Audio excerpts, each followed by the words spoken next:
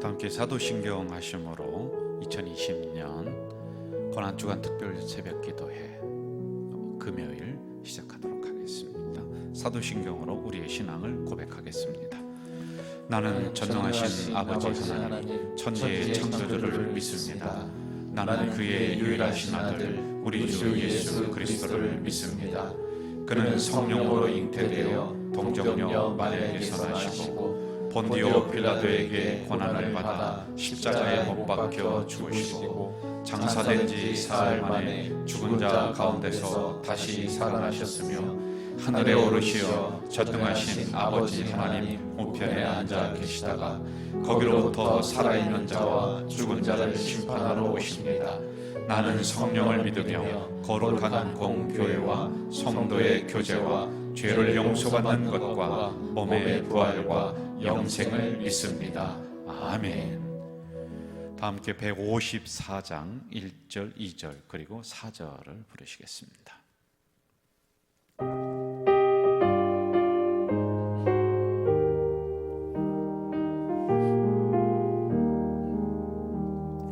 생명의 주여 면류관 받으시옵소서. 날 위해 쓰신 가시관 나 기억합니다. 저 겟세마네 기도를 늘 기억하게 하시고 십자가의 은혜로 날 인도하소서. 누셨던 무덤 내게도 보이시옵소서. 잠드신 동안 천사가 굳게 지키었네. 저 겟세마네 기도를 늘 기억하게 하시고 그 십자가의 은혜로 날 인도하소서. 고난의 잔을 날 위해 다 마셨나이다. 항상 나의 십자가 감당케 하소서. 저 겟세마네 기도를 늘 기억하게 하시고 그 십자가의 은혜로 날 인도하소서.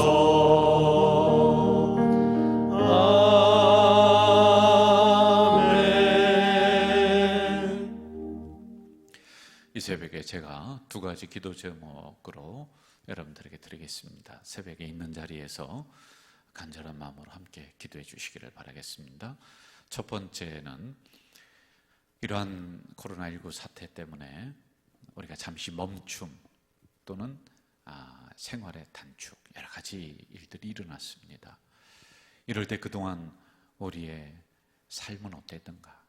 우리의 생활은 어땠던가? 정말 주님께서 말씀하시는 성경이 말씀하시는 그러한 생활을 우리가 살아왔는가?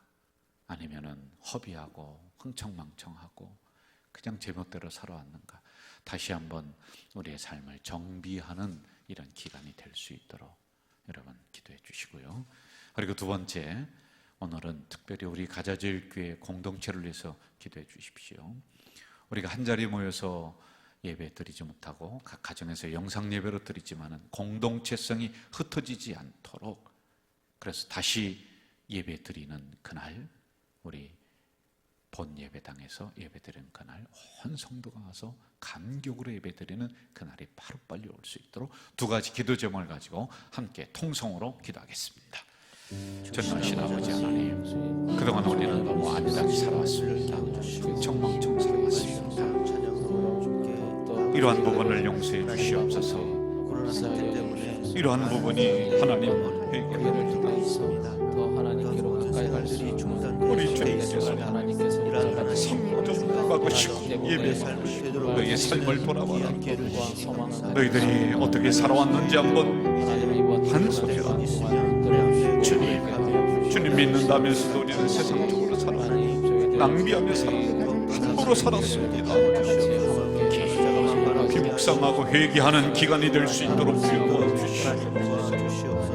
또한 우리 가족 공동체를 위해서 기도합니다. 지금은 가정에서 영상 예배로 우리가 올리지만은 하나님 새로운 성전 새 성전에서 또 함께 드릴 예배를 함께 드릴 그날이 올 줄 믿사오니 온 성도가 공동체성이 흩어지지 않게 하시고 예배드리는 그날을 감격으로 하나님 앞에 예배할 수 있도록 주여 도와주시옵소서. 이 예배가 당연한 것이 아님을 생각하시고 늘 감사하며 사랑하는 우리 교회 성도들이 될 수 있도록 도와주시옵소서. 예수님의 이름으로 기도하옵나이다. 아멘. 오늘 우리에게 주시는 하나님의 말씀은 마가복음 15장 25절부터 32절까지 보도록 하겠습니다. 제가 가진 신약성경 84쪽에 있습니다. 마가복음 15장 25절에서 32절까지 우리 한 절씩 교독하도록 합니다. 때가 제3시가 되어 십자가에 못 박으니라. 그 위에 있는 죄패에 유대인의 왕이라 썼고 강도 둘을 예수와 함께 십자가에 못 박으니 하나는 그의 우편에 하나는 좌편에 있더라. 지나가는 자들은 자기 머리를 흔들며 예수를 모욕하여 이르되 아하 성전을 헐고 사흘에 짓는다는 자여 내가 너를 구원하여 십자가에서 내려오라 하고 그와 같이 대제사장들도 서기관들과 함께 희롱하며 서로 말하되 그가 남은 구원하였으되 자기는 구원할 수 없도다. 32절 합독합니다. 이스라엘의 왕 그리스도가 지금 십자가에서 내려와 우리가 보고 믿게 할지어다 하며 함께 십자가에 못 박힌 자들도 예수를 욕하더라. 아멘. 이 새벽에 저와 함께 새벽기도 묵상을 하고 있는 우리 가족 공동체 성도 여러분, 오늘은 금요일 예수님 십자가에 못 박히신 날을 맞이했습니다. 우리 기독교적으로 볼 땐 굉장히 침울한 날이고 고통의 날입니다. 그리고 오늘 돌아가시면서 이제 무덤에 머물러 계시고 그리고 안식 후 첫날이라고 했으니까 주일에 부활하시는 그러니까 무덤의 문을 박차고 나오시는 날입니다. 그러나 오늘 십자가에 돌아가심으로 주님께서는 죽음의 권세 아래 놓이시는 이러한 날이기도 합니다. 오늘 저와 함께 새벽에 묵상을 하시면서 내가 주님을 다시 십자가에 못 박는 그런 죄인이 아닌가 한번 돌아보는 시간 되시기를 바라겠고요. 우리가 제대로 예수 믿는다고 하면서도 사실은 그렇지 못할 때가 참 많이 있지 않습니까? 주님을 다시 못 받고 욕되게 하고 교회를 욕되게 하고 이러한 적이 얼마나 많이 있었는가요? 이러한 부분도 함께 돌아보는 이 시간이 되었으면 좋겠습니다. 여러분, 십자가를 우리는 지금 굉장히 영광스럽게 생각을 해요.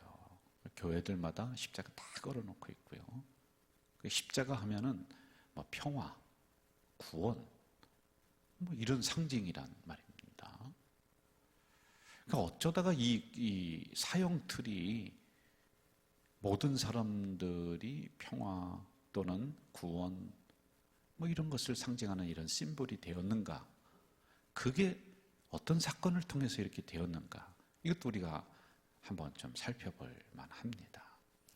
왜냐하면 옛날에 팔레스타인에서는 십자가가 열십자 지금 있는 그런 교회에 있는 십자가만이 아니에요. 여러 가지 형태의 십자가가 있었거든요. 근데 어떤 거든지 간에 사형 도구였습니다. 심지어는 고관들이 모여 있었던 곳에서 노예가 십자가라고 하는 이야기를 하면 그 사람 죽어버렸어요. 왜? 끔찍한 단어는 입에 담지 못하도록 해버렸단 말이에요. 그러니까 이게 가장 가장 안 좋은 게 바로 십자가란 말입니다. 그리고 십자가에 사람을 매달아 죽이는 흉악한 죄인들을 거기다가 매달아 죽이는 건데요. 말려 죽이든지 피를 빼서 죽이든지 이게 이제 그 처형 방법이에요. 그 왜 그랬느냐? 땅은 성경에서 신성한 것으로 봅니다. 그러니까 죄인이 흉악무도한 죄인이 땅에 발을 밟고 죽을 수가 없다. 공중에 띄워 죽이는 거예요. 이게요.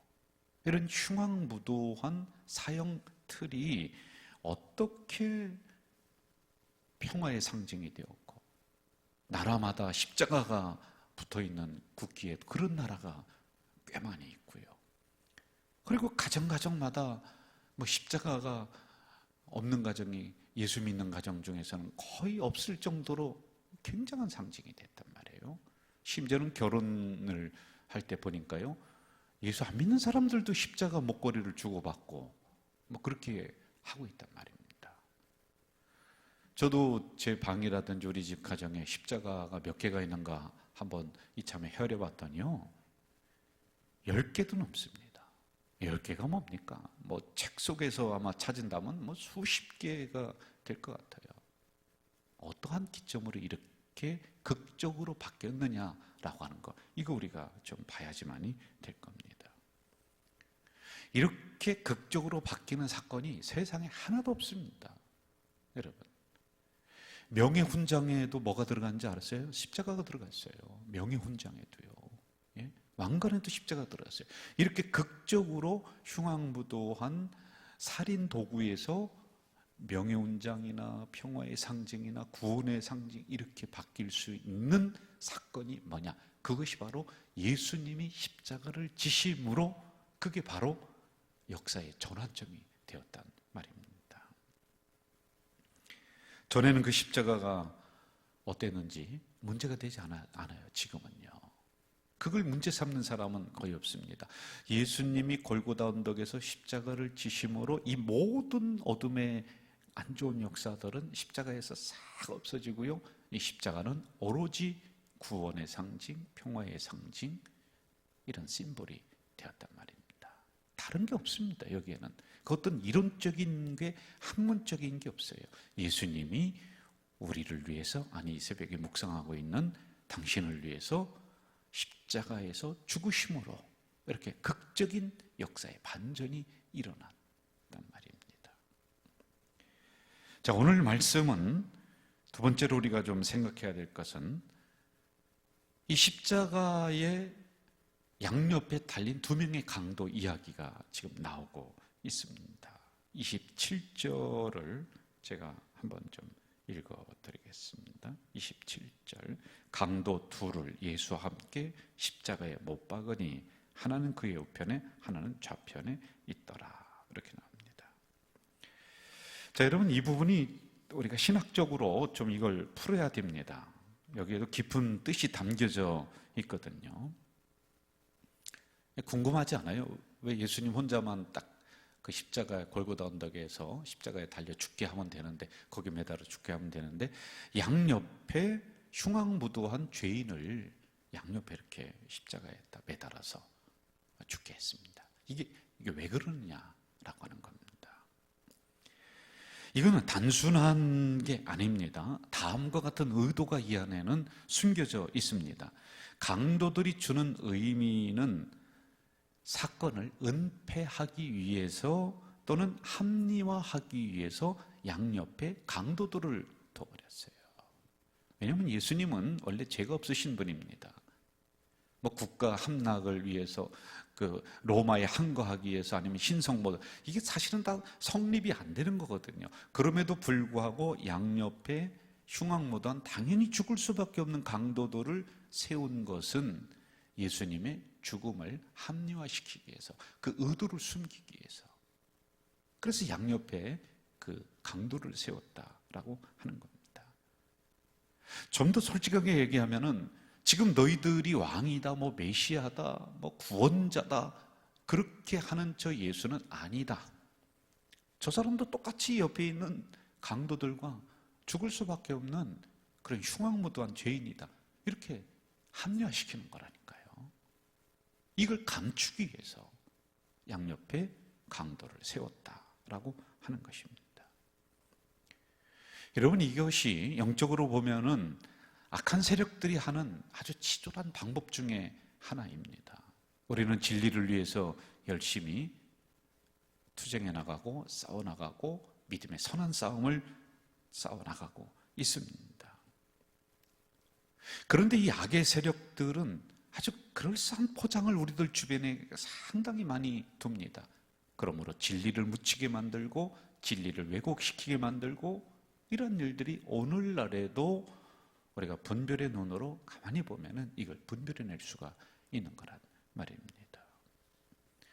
저는 이런 가운데서도 오로지 말씀으로, 오로지 믿음으로, 그리고 오로지 진리를 우리가 지키며 살아가는 우리 성도들, 우리 가족 공동체 되기를 간절히 축원합니다. 자, 마지막으로 우리가 봐야 될 또 하나의 아주 중요한 부분이 있는데요. 이 두 명의 강도가 주는 의미가 뭐냐라고 하는 겁니다. 이 두 명 양쪽 옆에 서 있는 강도가 주는 의미는 전체적으로 말하면은 인류를 대표한다. 모든 사람은 죄인입니다. 나면서부터 죄인이에요. 우리는요. 이것을 상징적으로 세웠다라고 하는 겁니다. 당연히 정죄받을 죄인들입니다. 우리는요. 심판받아 마땅한 죄인들이 바로 우리들입니다. 이런 죄인들처럼 당연히 죽어야 되는 우리의 운명입니다. 그게 바로 인간론이에요. 성경에서 말하는 인간론입니다. 그러므로 양옆에 강도를 세웠다라고 하는 것은 아무런 의미가 없는 것이 아니라 당연히 인류는 이렇게 십자가에 흉악무도하게 죽을 수밖에 없는 죄인임을 선언해주고 있는 거란 말입니다.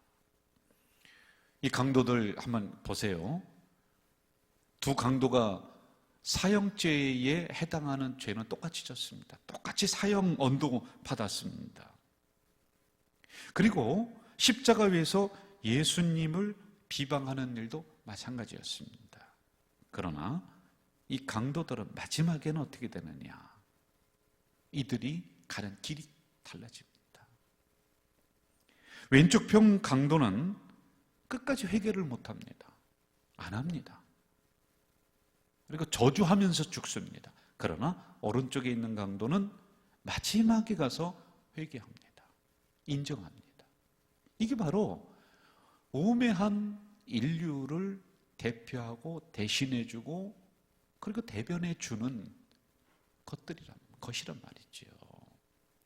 우리 모든 인생은 다 죽을 수밖에 없는 강도 같은 죄인입니다. 십자가에 다 달려 죽어야 돼요. 아니, 사형 도구에 마땅히 죽어야 됩니다. 그런데 한편에 있는 강도는 끝까지 예수를 부인하면서 저주하며 죽는 그러한 부류가 있고, 그리고 또 한편은 죽을 수밖에 없는 강도 같은 그러한 사람들이지만은 주님을 인정하고 죽을 수밖에 없는 그 상황에서 구원에 이르는 우리의 인생을 대표하고 인류를 대표하는 상징적인 인물들이다라고 하는 것입니다. 오른편 강도는 자신이 죄인임을 인정합니다. 예수님이 죄가 없음을 알았습니다. 그러면서 그는 이렇게 고백하죠. 예수여, 당신의 나라에 임하실 때 나를 생각하옵소서. 주님은 그에게 이렇게 말씀하시죠. 오늘 내가 나와 함께 낙원에 이르리라. 저는 금요일 주님께서 십자가에 달리신 이날, 십자가의 의미가 무엇인가? 왜 이처럼 극적인 변화가 일어나는가? 예수님이 나를 위해 십자가의 죽으심으로 사형 틀에서 구원의 상징이 됐다. 이걸 꼭 기억을 하시길 바라겠고요. 그리고 이 두 명의 강도를 세웠던 의미가 무엇이냐? 그것은 합리화시키기 위해서 메시아가 아니다. 여러분, 요즘 얼마나 그러한 일들이 현실에서 많이 일어납니까? 예수가 어떻게 하나님의 아들이냐? 예수가 어떻게 너 구원자냐? 이런 일들이 얼마나 많이 일어납니까? 그러한 상황 속에서 우리는 분명한 믿음을 세워 걸어나가는 우리 공동체 되길 바라겠고요. 그리고 마지막으로 두 명의 강도가 주는 의미와 뜻은 우리도 이렇게 죽을 수밖에 없는 죄인들이었음에도 불구하고 예수 그리스도로 말미암아 낙원에 이르고 영생에 이르고 구원받은 백성으로 살아감을 깊이 묵상하시면서 오늘도 십자가의 정신으로 십자가의 삶을 살아가시는 우리 공동체 되시기를 주 이름으로 축원합니다. 전능하신 아버지 하나님, 이 새벽에 우리 가족 공동체 식구들을 깨워주시고 말씀을 함께 묵상하도록 인도해 주셨습니다. 십자가의 정신이 무엇인지, 어떻게 살아가야 되는지, 그리고 우리는 어떠한 존재였다가 구원받았는지 이번 기회에 다시 한번 깊이 묵상하며 나를 구원해 주셨음에 감사하는 우리 공동체 식구들이 될 수 있도록 인도해 주시옵소서. 예수님의 이름으로 기도하옵나이다. 아멘. 주기도문으로 오늘 새벽 기도를 마치도록 하겠습니다. 하늘에 계신 우리 아버지, 아버지의 이름을 거룩하게 하시며 아버지의 나라가 오게 하시며 아버지의 뜻이 하늘에서와 같이 땅에서도 이루어지게 하소서. 오늘 우리에게 일용할 양식을 주시고 우리가 우리에게 잘못한 사람을 용서해 준 것 같이 우리 죄를 용서해 주시고 우리를 시험에 빠지지 않게 하시고 악에서 구하소서. 나라와 권능과 영광이 영원히 아버지의 것입니다. 아멘.